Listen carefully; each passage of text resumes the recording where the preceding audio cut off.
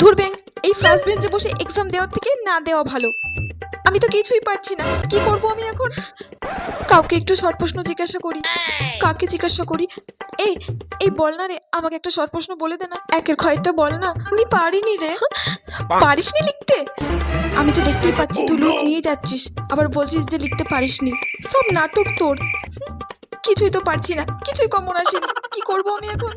First বেঞ্চে বসেছি, টুকলিও বের করতে পারবো না, কি করব? উফ, স্যার তো আমার দিকেই তাকিয়ে আছে। এক কাজ করি, এই প্রশ্নগুলো যা লেখা আছে এগুলোই বরঞ্চ ঢুকে দিই, অন্তত এক নম্বর তো দেবে। কি করব আমি এখন, কিছুই তো পারছি না। এই কটা বাজছে রে এখন? কটা বাজছে? এই চুপ করে বসো। স্যার প্রশ্ন জিজ্ঞাসা করিনি, কটা বাজছে সেটাই জিজ্ঞাসা করি। 12টা বাজছে। 12টা বেজে গেছে? আমার পরীক্ষার 12টাও বেজে গেছে।